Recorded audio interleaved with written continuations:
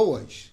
Estamos começando mais um Expresso Jurídico, aquele podcast que tem a pretensão de encurtar o caminho entre o fascinante mundo do direito, pelo menos para nós que trabalhamos nessa área e somos apaixonados por isso, e o mundo empresarial, né? As pessoas, essas questões do direito que aflige tanta gente e que cria tanta dúvida. E nesse papo descontraído e relaxado, nós vamos tirando as dúvidas e resolvendo e conhecendo. E por isso que eu tento trazer aqui só apaixonados pelo direito, né?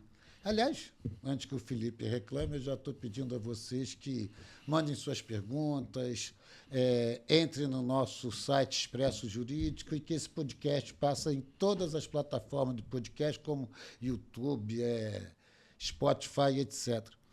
Mas hoje eu tenho um prazer muitíssimo especial em conseguir roubar 2 horas do dia dele para trazer aqui no nosso estúdio da Barra da Tijuca, que é um transtorno sair para vir aqui pelo trânsito e os afazeres dele, que é o Dr. Marco Luiz, meu amigo desde que eu tinha cabelo, só para vocês terem uma ideia. Ainda tinha cabelo.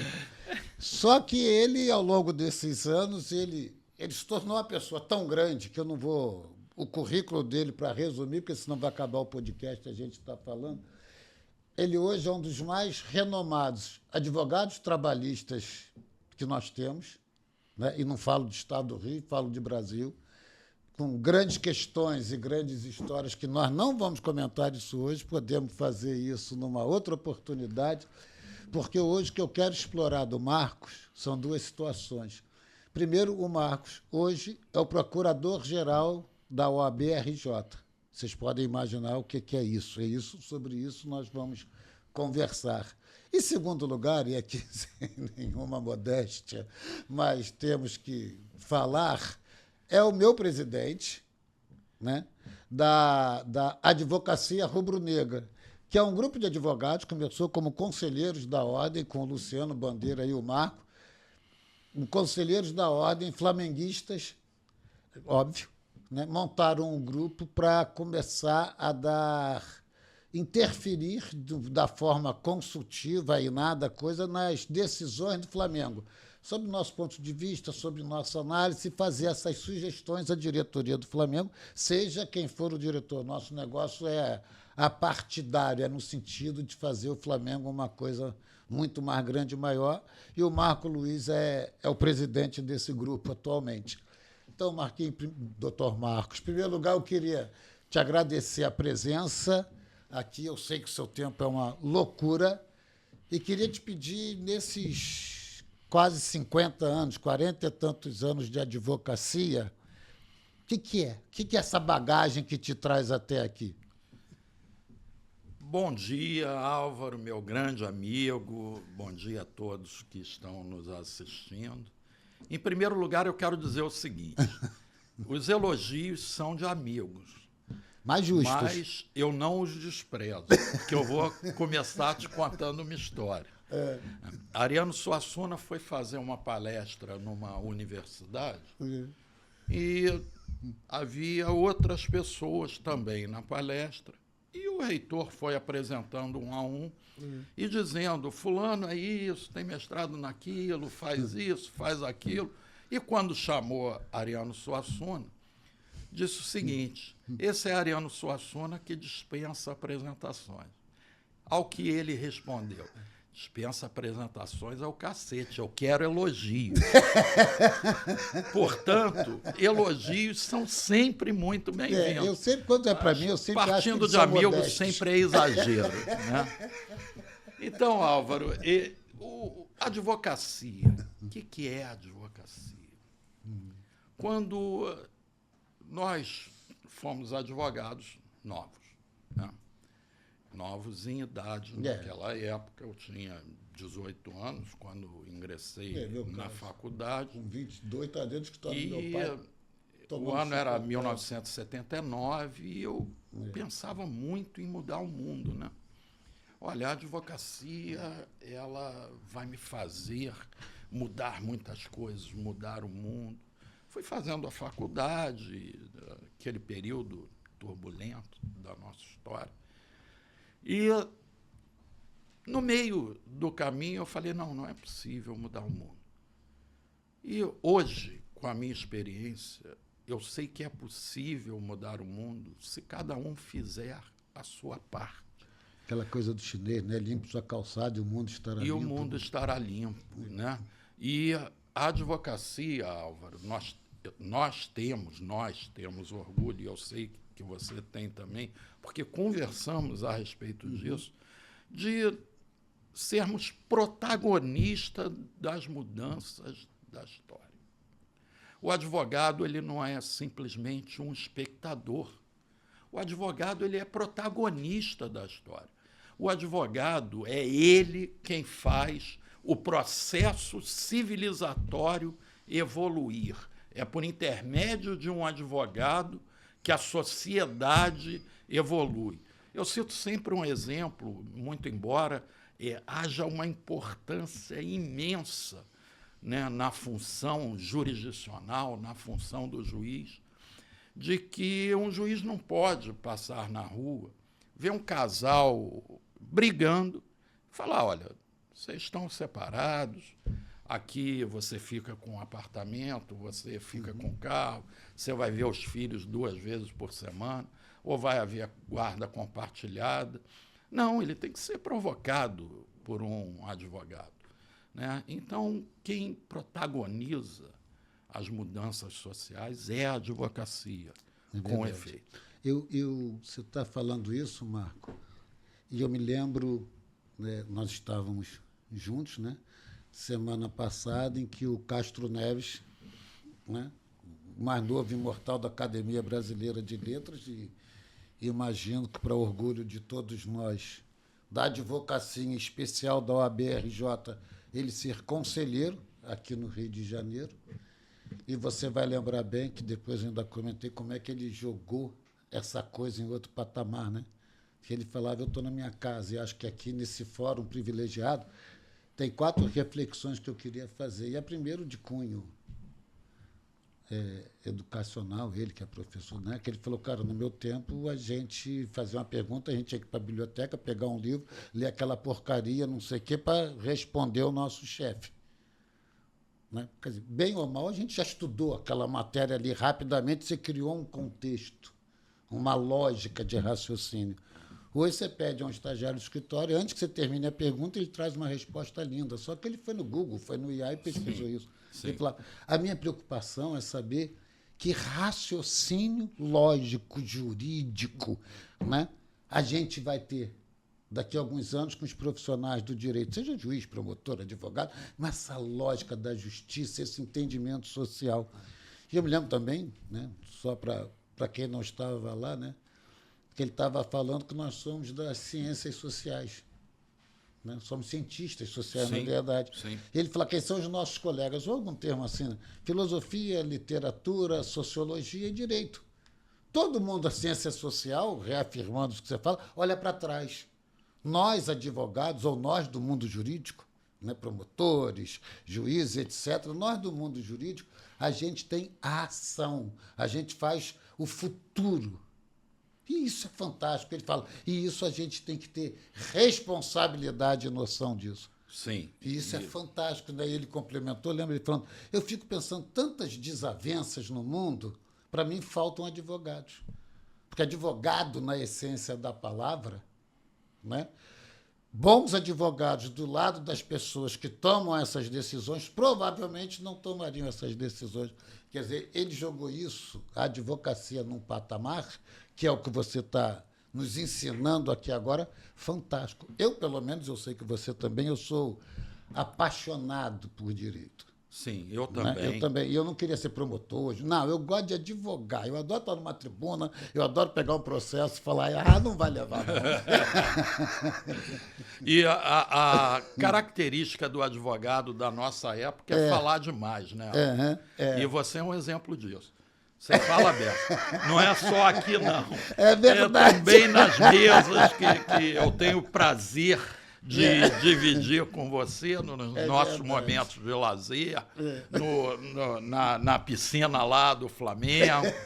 E é bom, porque o conhecimento nada mais é do que uma troca. Exatamente. Né? Se você não conversa, você tem só a sua visão de mundo. Uhum. E a advocacia tem que conhecer o mundo, tem que conhecer a vida. Yeah. Eu me recordo que houve uma palestra na UFRJ, não lembro o ano, que sou egresso, com muito orgulho da Faculdade Nacional de Direito, a UFRJ. Uma das referências do ensino jurídico no Brasil. Sim, sim. E tenho muito orgulho disso e muita saudade do tempo de faculdade, em que o ministro Evandro Lins e Silva esteve lá e alguém fez uma pergunta dizendo o seguinte: se o senhor desse um conselho só para a gente, qual conselho que o senhor daria? E ele disse o seguinte: olha, leiam tudo, leiam o que tiver na frente. Se você estiver no consultório médico, leia aquelas revistas, leia o que aparecer na sua frente. Se sobrar um tempo, até livro de direito vocês podem ler. Eu me lembro de alguém também que comentou, que falou assim, eu sou professor de direito civil. Mas, na verdade, eu acho que direito civil não deveria ser uma matéria na faculdade. Tínhamos todos que estudar filosofia do direito. Porque o direito civil é só a formalização da filosofia do direito. Isso é fantástico. É bom senso, né? O direito senso. Nada mais é do que bom senso. É verdade. Se você tiver dúvida, uma dúvida grande em alguma coisa, raciocine sempre o seguinte: o que faria a pessoa média, a pessoa normal, nessa situação? O que é o bom senso nessa situação? Que você vai chegar a uma boa solução. Essa solução. Agora, Marcos, nesse diapasão aqui da nossa conversa, esses teus anos todos de advocacia, uma advocacia exitosa, eu não estou falando só financeiramente, não, eu estou falando exitosa no sentido de a gente fez, a gente tem história para contar, né? Eu acho que isso é tão realizador, né? Toda essa sua bagagem, toda essa sua cultura, que obviamente você demonstra, toda essa sapiência que você tem, essa história toda chegando na OAB. Quer dizer, estou falando chegando, porque você tem, tanto quanto eu, anos e anos de OAB. Essa experiência trazida para dentro da OAB. Como é que você aplica isso dentro da OAB? E eu estou falando isso que me veio aqui até dos novos advogados. Essa turma que está chegando aqui agora, pelo menos lá no escritório, a gente sente isso de alguma forma, todo mundo acha que é uma... Eu quero trabalhar, mas do horário tal, quero ganhar tanto, quero... Eu falei, meu querido profissional liberal, não tem hora, não tem sábado, não tem domingo, até porque o tesão em trabalhar, eu acho que é só essa expressão. Quando você vê às 2 horas da manhã, você está lendo, está estudando, está falando um processo, está pegando um livro para ler. Né? Como é que você traz isso para dentro da OAB? Como é que você vê a OAB dentro desse contexto, ainda mais em relação aos jovens advogados? A OAB é um capítulo à parte na minha vida, né, Alba? Quando eu ingressei efetivamente na OAB, que foi no ano de 2007, eu já ingressei na OAB como secretário-geral. Gestão do presidente Oadir Damuz, do saudoso Sérgio Fischer, do vice-presidente Lauro Schuch e do Marcelo Chaurel. Essa era a diretoria. E nós fomos vendo ali como é importante que a instituição OAB olhe para os advogados, porque temos inscritos hoje no Brasil provavelmente mais de 1 milhão. Eu acho que é 1 milhão de advogados, né? E a advocacia é muito diferente daquela época em que a gente começou. A advocacia hoje em dia, a maior camada, a base da advocacia ela vive uma realidade muito diferente do que as pessoas pensam.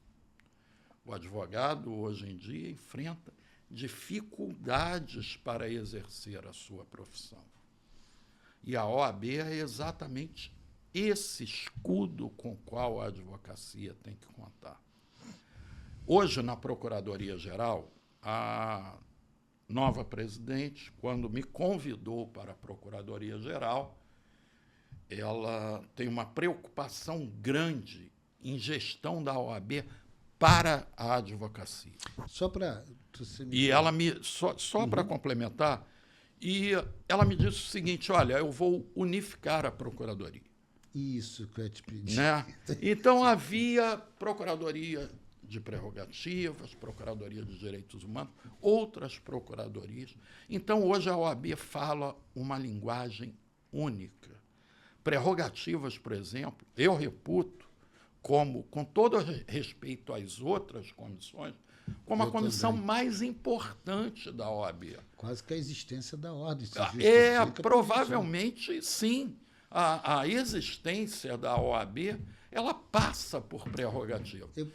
Ela, desculpa também, só eu falando muito, né? Uma vez que você me convidou para ir para a segunda turma, que é exatamente a turma que analisava, né, as questões se a OAB vai dar assistência jurídica ao advogado, desagravo, etc. E eu fui pegar a origem daquilo. Eu achei muito interessante, porque eu não sabia com profundidade. Por mais paradoxal que seja, a OAB foi criada por Getúlio Vargas no período ditatorial. A OAB foi criada em ainda no período dele de coisa, em 1930. E ela foi criada... Partindo do IAB, né? Partindo do IAB. Existiu o IAB e ela foi criada com um único fito, que é exatamente isso. Ela foi criada com tão e somente para que os advogados que tivessem um organismo que regulasse a atividade do advogado, mas na visão do advogado, para tentar reduzir a opressão que os julgadores das cortes, que eles chamam de cortes superiores, faziam em relação aos advogados. Sim. Então, criou-se a OAB apenas para criar um limite do abuso do judiciário em relação aos advogados. O contraponto. Então, quer dizer, a OAB nasce exatamente tratando de prerrogativa. Né? Isso. E cada vez mais a OAB é acionada, porque existe aquela história de que quanto mais você trabalha, mais trabalho te dão. Né? Então, você demonstra trabalho. Hoje em dia, nós temos um presidente da Comissão de Prerrogativa que é incansável. Né? O Dr. James Walker merece elogios aqui. Quando a gente cita prerrogativas, não pode deixar de lembrar do presidente da Comissão de Prerrogativas, que faz um trabalho fantástico ali. É verdade. E ali dentro da Procuradoria, eu presencio isso, eu participo disso. É muito trabalho, Álvaro. E o filtro, né, que nós temos que fazer, porque prerrogativas as pessoas confundem um pouco prerrogativa.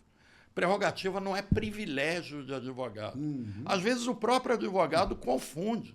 Né? Ele acha que ele tem privilégio. Não, prerrogativa é direito da cidadania.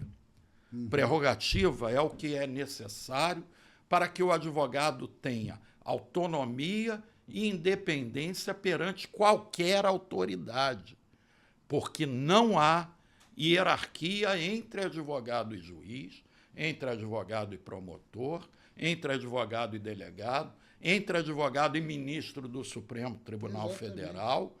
O que existe é uma necessidade de relação de respeito. Urbanidade, como o nosso próprio e código respeito com a advocacia, que, por seu lado, respeita as instituições. Claro. Então, prerrogativas exigem justamente para a gente garantir essa atuação da advocacia. Eu tô vendo aqui, essa pergunta não é minha, é do pessoal que nos ajuda aqui, né? O Felipe e a turma dele lá da agência, né? Você entrou num ponto que eu acho que vai bater exatamente com a pergunta, porque eles botam aqui: a OAB para estar afiada com os desafios dessa nova advocacia e dos novos tempos, né? Como é a sua atividade como procurador-geral dentro de todas essas demandas, e como é que você consegue, né, atrair esse jovem advogado também para a OAB, para que ele entenda, porque eu acho que você começou a responder isso, por isso que eu falei, para que ele entenda que a OAB é um organismo vivo dele, não é o Marco que está lá há 30 anos, o Alvo que está há 40 anos, sei lá, não é isso. Esse pessoal tem que vir, tem que participar, tem que entender, tem que ingressar. Como é que você veio hoje nessa condição de procurador-geral, ou seja, com a mão na massa ali, né? Como é que é isso? Em uma palavra, apavorante. Eu morro de medo do futuro do Poder Judiciário, da advocacia. Eu sei que ninguém para o futuro. A gente não consegue parar um trem em movimento. E o futuro é isso, é um trem em movimento. Nós estamos aí na realidade da inteligência artificial, na realidade dos chats que substituem a advocacia. E eu vou te dar a minha opinião sincera, Álvaro. Tudo bem, isso ajuda muito, mas eu, Marcos Luiz, penso que isso é muito ruim para a qualidade da prestação do serviço da advocacia. E, brevemente, vou colocar a minha posição. Por que eu acho isso? Com mais facetas ruins do que boas. A gente começou o papo dizendo que o advogado tem que conhecer a vida, que o advogado tem que conhecer o mundo, que o advogado tem que ter vivido para ter noção daquilo que ele está reivindicando. E a máquina não sabe nada disso. A máquina nunca foi no Oeste Café conosco. A máquina nunca conviveu com pessoas, nunca viu uma briga na rua. Como também, me perdoe, mas você me fez lembrar, como também, e isso a gente tinha muito forte na época do Otávio Gomes, presidente, que foi quando eu comecei efetivamente a ir para o Conselho da Ordem, quando um juiz desafiava um advogado no interior do Estado, podia ser Bom Jesus de Itabapoana, não estou falando pela distância, não pelo tamanho, né? Qualquer lugar assim, o Otávio pegava 2 conselheiros e falou: vai lá. Sem querer. Você vai levantar a bunda daqui para andar 6 horas de carro para chegar lá e falou: meu amigo, é OAB. Qualquer advogado aqui tem a OAB. Né? Isso. E eu acho que é esse contexto que nos dá a liberdade. Mas, por outro lado, também, todas as vezes que alguém chegava lá, falava assim: doutor, o senhor é conselheiro da ordem, que o juiz não me recebeu, que o juiz não sei o quê. Você faz o quê? O senhor não é conselheiro? Eu falei: meu querido, sou advogado igual a você. Exatamente. O que eu vou usar, que é o Estatuto da Ordem, você não conhece, você tem que saber tão bem quanto eu, meu querido. E tome as suas providências.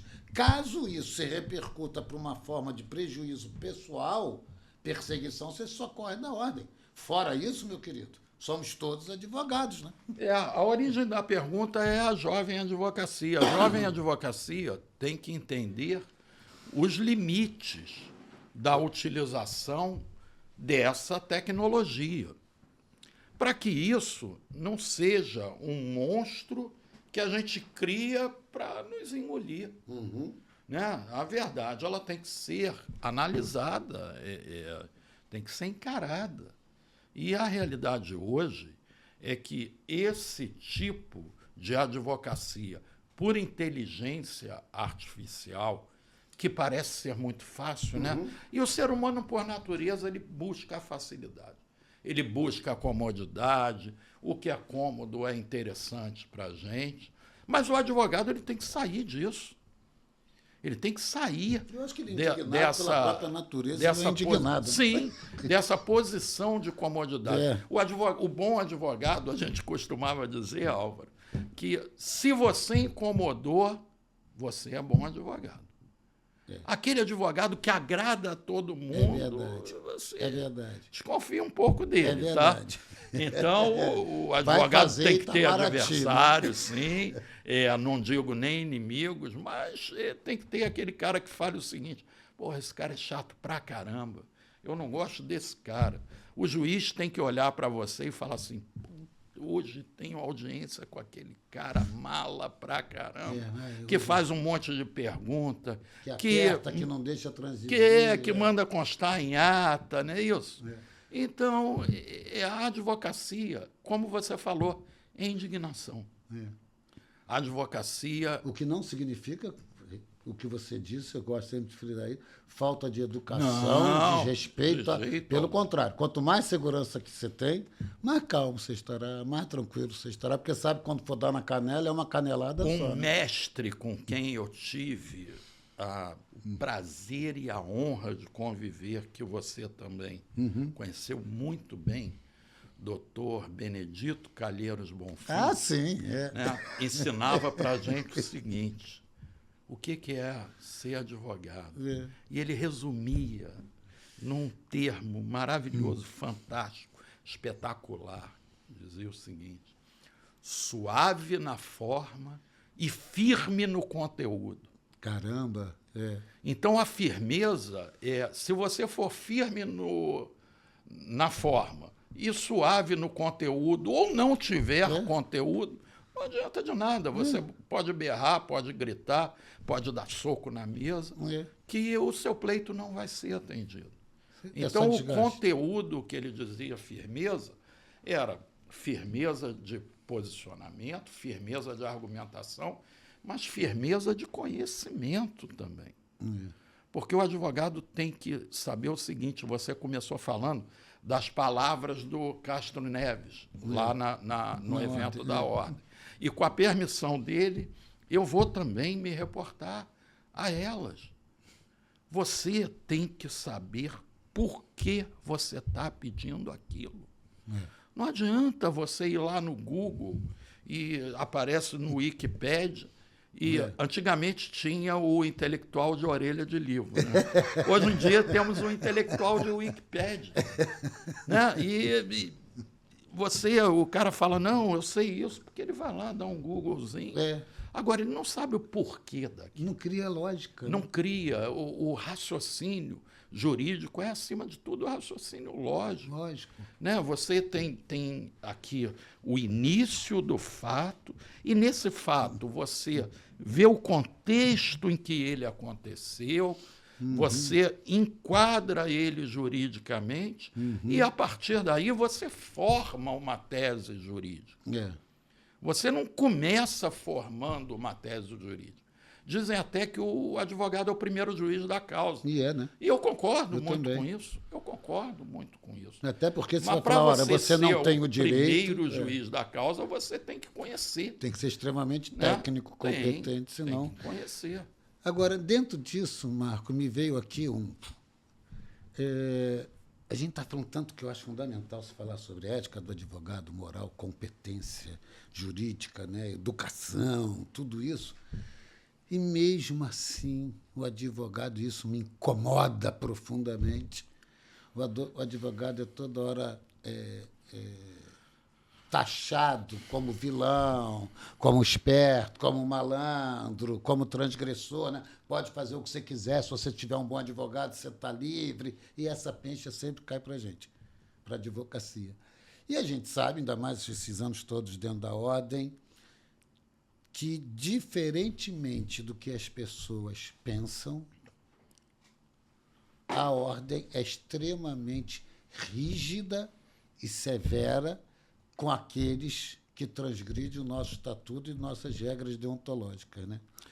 E nisso aí eu queria te pedir, para quem está nos assistindo, etc., com a sua inteligência, experiência, que, para mim, procurador-geral da Ordem é o advogado dos advogados. Né? Ele está falando o tempo todo e olha a responsabilidade. Eu não estou jogando flores no amigo, não, e graças a Deus que nós temos porque ele estava falando do Walker lá da prerrogativa, mas a Procuradoria da Casa também é assim, defendendo tanto interesses da Casa, como cota parte que vale da CAARG, dívidas, né? Quanto as questões institucionais da Casa, da OAB, que repercutem para todos os advogados. E nessa tua visão macro, nesse conceito que você tem, se você pudesse passar para... que eu sou bem que sei que você ficou anos, o que é o nosso TED, o Tribunal de Ética e Disciplina? Porque eu acho ele extremamente rigoroso, eu acho ele extremamente eficaz no sentido de pune mesmo e faz mesmo, e isso não chega, né, ao público. Então fica essa sensação de que somos nós nos protegendo, que é todo mundo farinha do mesmo saco. Isso é uma visão completamente equivocada dos tribunais de ética e disciplina, não só da OAB do Rio de Janeiro. E hoje nós temos na presidência do Tribunal de Ética e Disciplina a vice-presidente da ordem, né, a doutora Silvia Drummond, uma especialista em processo civil, o doutor Álvaro, nosso conselheiro, que ele não é rigoroso, mas ele é justo. Você conhece o doutor Álvaro Fernandes? E o Tribunal de Ética, ele existe para que a OAB se autorregule. E isso é fundamental, isso é muito importante. Dentre todas as atribuições da OAB, a autorregulação, ela é uma das mais importantes que eu entendo. E por que isso? Nós temos conhecimento, e o Conselho é formado por advogados experientes, nós temos conhecimento de como funciona a advocacia. Às vezes há fatos, sim, que não significam infração ético-disciplinar. E às vezes há fatos que aparentemente possam não significar, que significam. Então, o rigor na apuração de questões que são trazidas à OAB é fundamental para que a credibilidade da nossa profissão seja mantida. Eu acho muito engraçado que o Felipe Santa Cruz dizia o seguinte, que há um tempo atrás você era noivo da menina, né, e chegava na casa do pai dela e ela apresentava, olha, meu noivo vem aí, ele é advogado. E aí a novela da Globo, da Record, seja lá de onde for, começou a retratar o advogado como aquele pilantra que ele sempre acha uma saída para alguém enganar alguém. Pro ilícito. Né? É aquela assinatura que agora a empresa é minha, como se isso fosse a vida real. Não é, e eu alerto aqui a quem nos assiste que a regra é o advogado honesto, a regra é o advogado que honra o seu mandato. A regra é o advogado que luta pelo seu cliente. A regra é o advogado que recebe o dinheiro e repassa ao seu cliente. A exceção é punida com rigor no Tribunal de Ética e Disciplina da OAB-RJ. Imagina, se a gente pegar... Me lembro na época que o Ofir Cavalcante era o presidente do Conselho Federal, que se fez uma pesquisa, exagerando nos números, mas eu me lembro que no estado do Rio, naquela época, imagino que hoje esteja bem pior, advogados que não estavam empregados, trabalhando no escritório, advogados autônomos que tinham seu próprio escritório, mais de 75% do estado, no estado do Rio, não tinham nem secretária. Sim. Quer dizer, é uma vida muito dura, uma vida muito cavada, é uma vida muito, né? É porque a gente não tem essa percepção, né? Não, no minuto seguinte, a gente ganha um processo. Ai, que alegria. No minuto seguinte, você já está trabalhando em outro processo. Você perde um processo, ai, que tristeza, mas no minuto seguinte, você já tem que dar a sua assistência a outro cliente. E o meu pai dizia que era uma profissão muito ingrata, que a gente levava 15, 20 anos para ter uma reputação profissional e podia perder num único processo. Sim. É a pura verdade. Né? É Agora, a pura verdade. o Felipe aqui está me cobrando o intervalo, então vamos fazer o intervalinho, mas antes eu queria pedir a você que nos assiste que, por favor, mande seus comentários, entre lá no nosso site do Expresso Jurídico. Pode me esculhambar, não é isso? Pode me esculhambar. Pode esculhambar e nós vamos mandar para ele. Né? Os elogios não, para ele não ficar muito pretensioso, os elogios não vou mandar. Né? Mas dá esse palpite para a gente ir depurando isso, essa história. Afinal, estamos num espaço democrático e aqui. Então, peço a vocês, se puderem, vá lá, deixa aqui seu comentário e a sua opinião e sugestões. Né? E a gente volta já.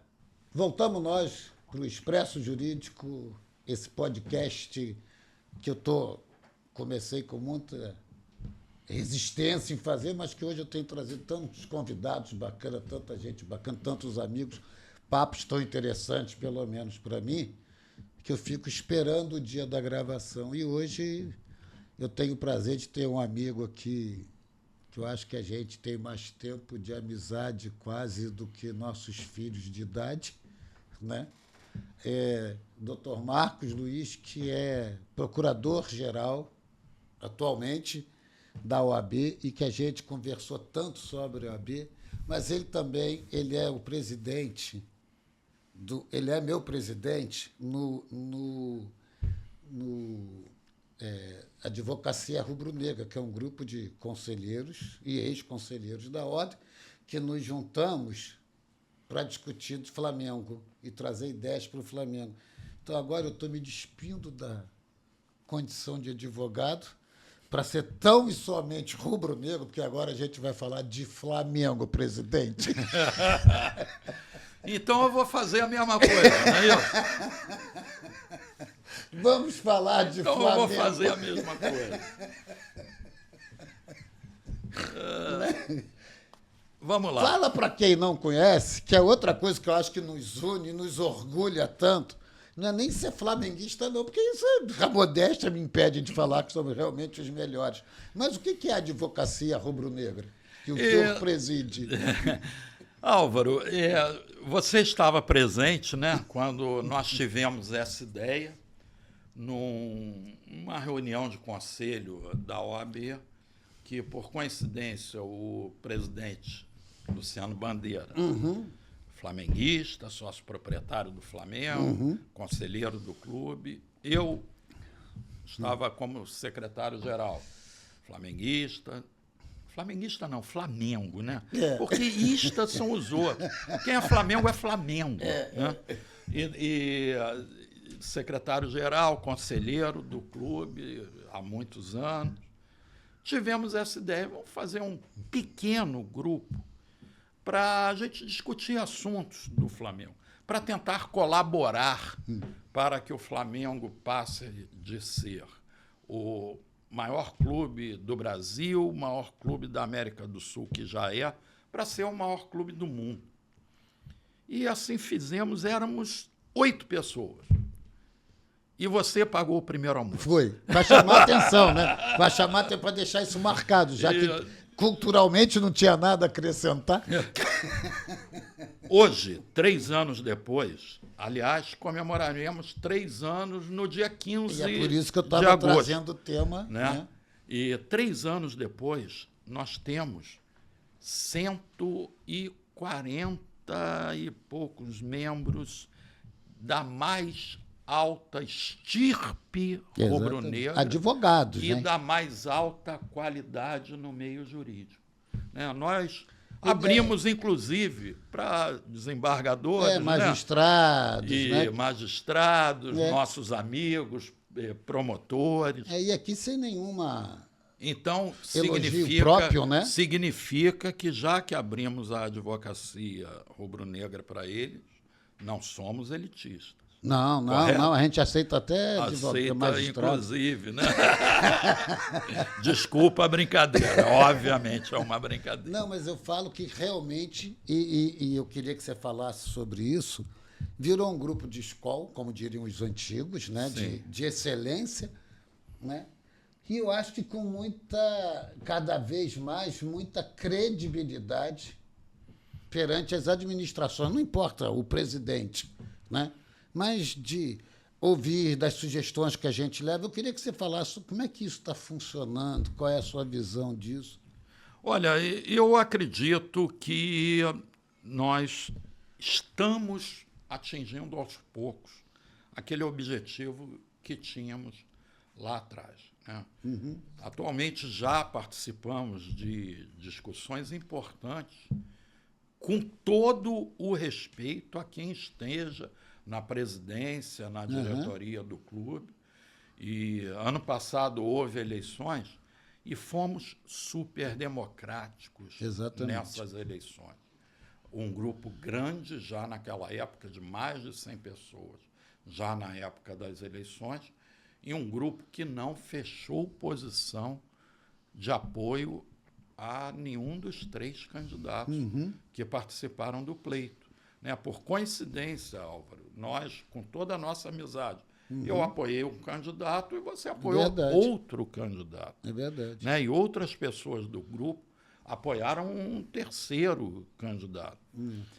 E o que a advocacia rubro-negra se propôs está sendo realizado, na minha humilde visão, que é trazer um debate de excelência, de qualidade para dentro do Conselho. Você vê a questão do estádio. Eu ia te perguntar isso agora, falar, vamos apimentar essa Que é conversa. a questão que está em voga, né? E como advogados, a gente não foge de polêmica. Claro. Aliás, gostamos, né? Gostamos, né? Vivemos disso, né? Vivemos disso. Estádio. Acredito que não haja um rubro-negro sequer que seja contrário à construção desse estádio. E se for, é porque não conhece o projeto, concorda? Eu também não conheço.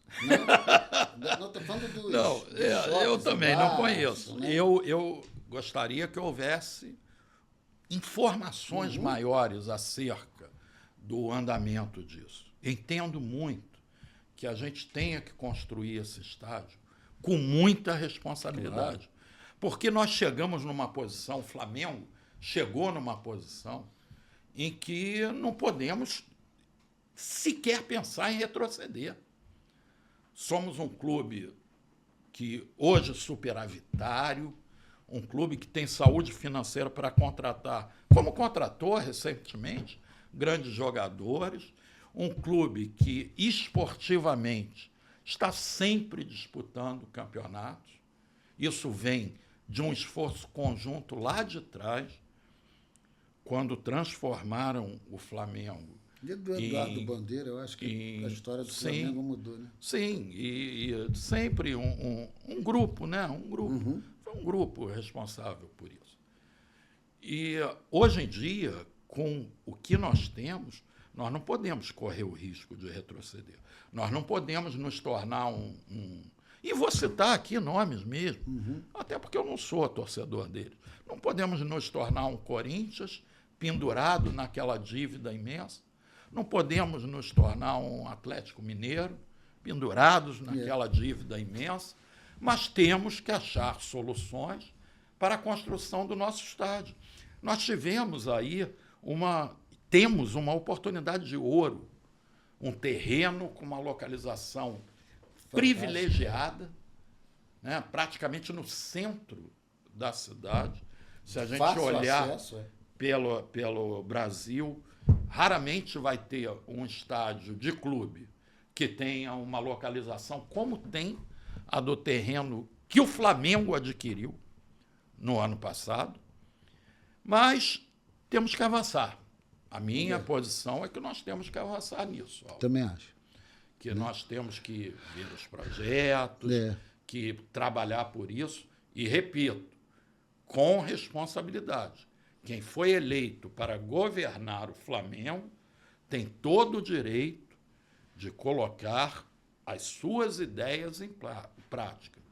mas sem abandonar o projeto do estádio É. próprio. Eu acho que a gente não. Primeiro que você falou o negócio do dinheiro do Flamengo, e eu me lembro que naquela época, e me parece que era uma preocupação que nos unia todo, mas eu me lembro que a primeira vez que eu ouvi isso foi do ex-presidente da Ordem, né, o Luciano Bandeira, numa análise dele que ele dizia que todos os clubes, né, de futebol, né, desse nível que a gente estava falando, todo mundo estava quebrado, endividado, ou dependia de algum patrocinador.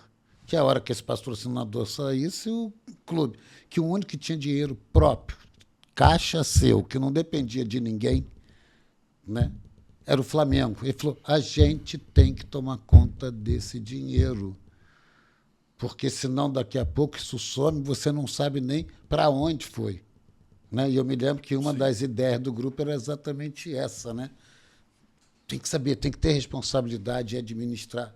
Agora, eu imagino que administrar o Flamengo não é administrar uma empresa, né? É administrar paixões.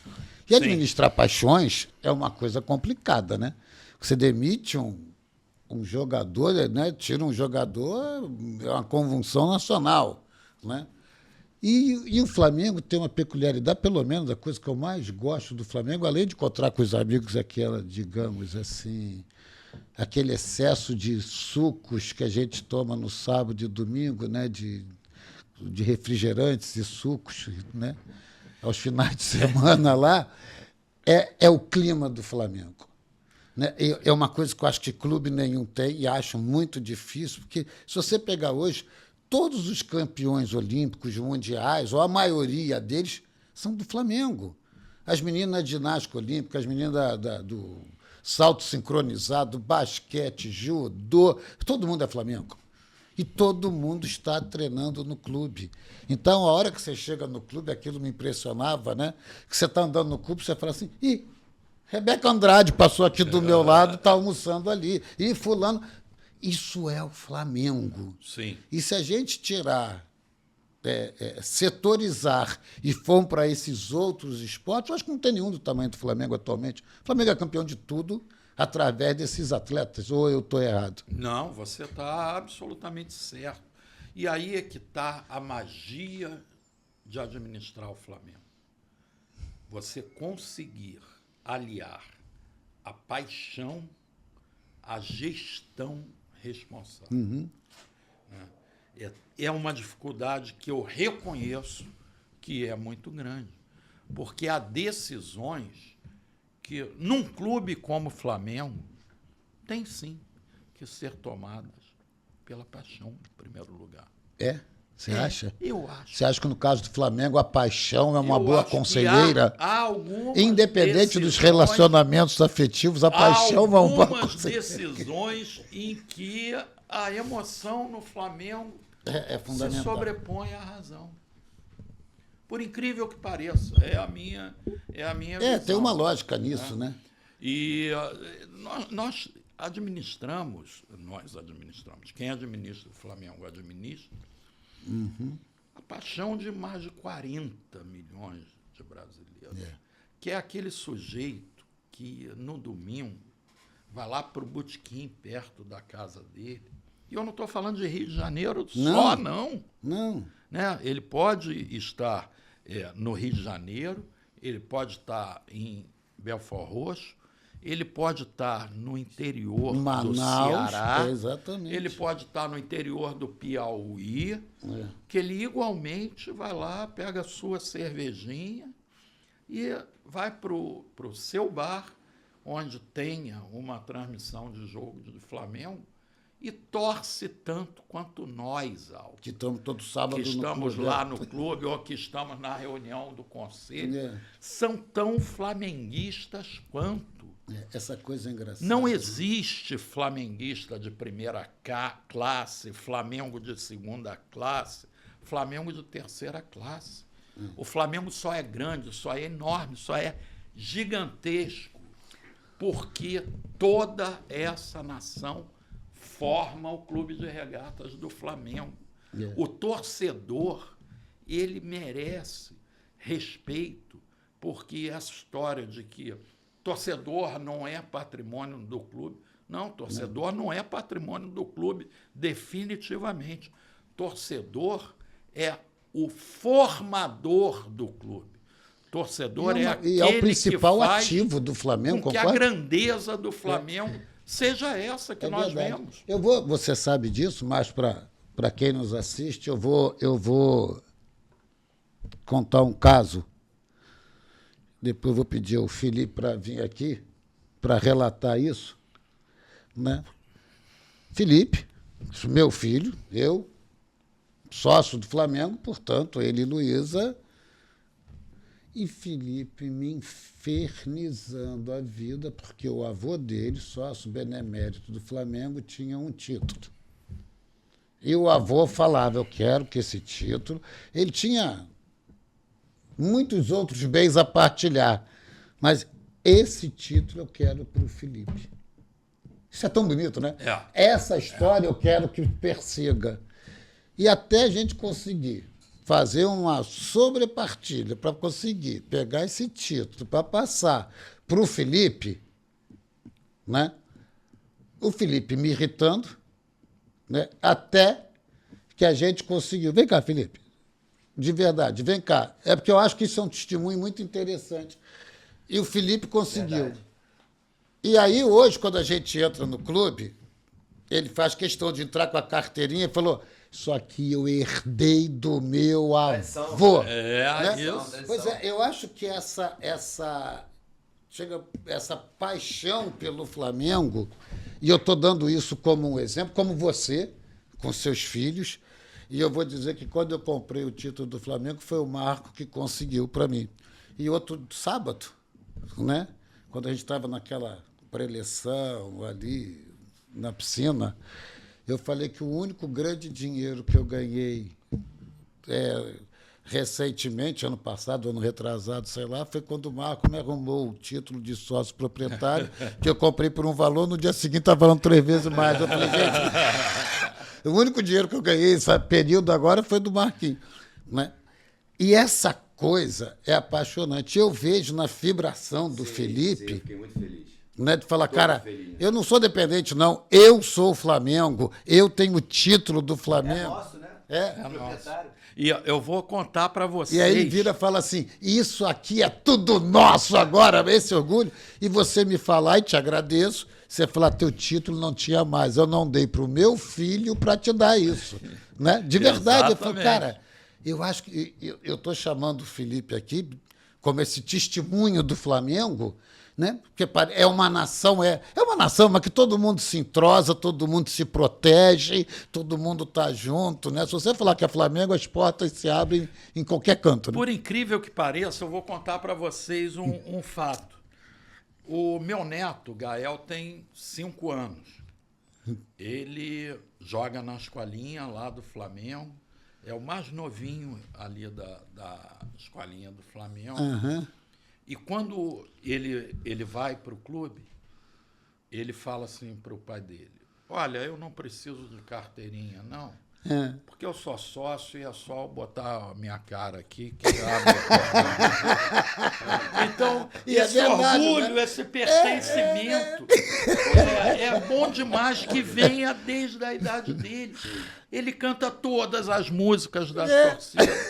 E é isso. O Daniel leva ele a todos os jogos que pode levar.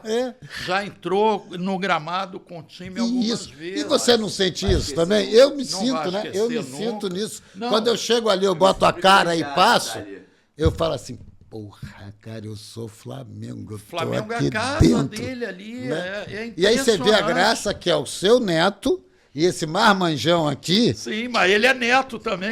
Que da mesma forma entra e fala, isso aqui é tudo meu. Né? A gente é Flamengo, não tem essa coisa, né?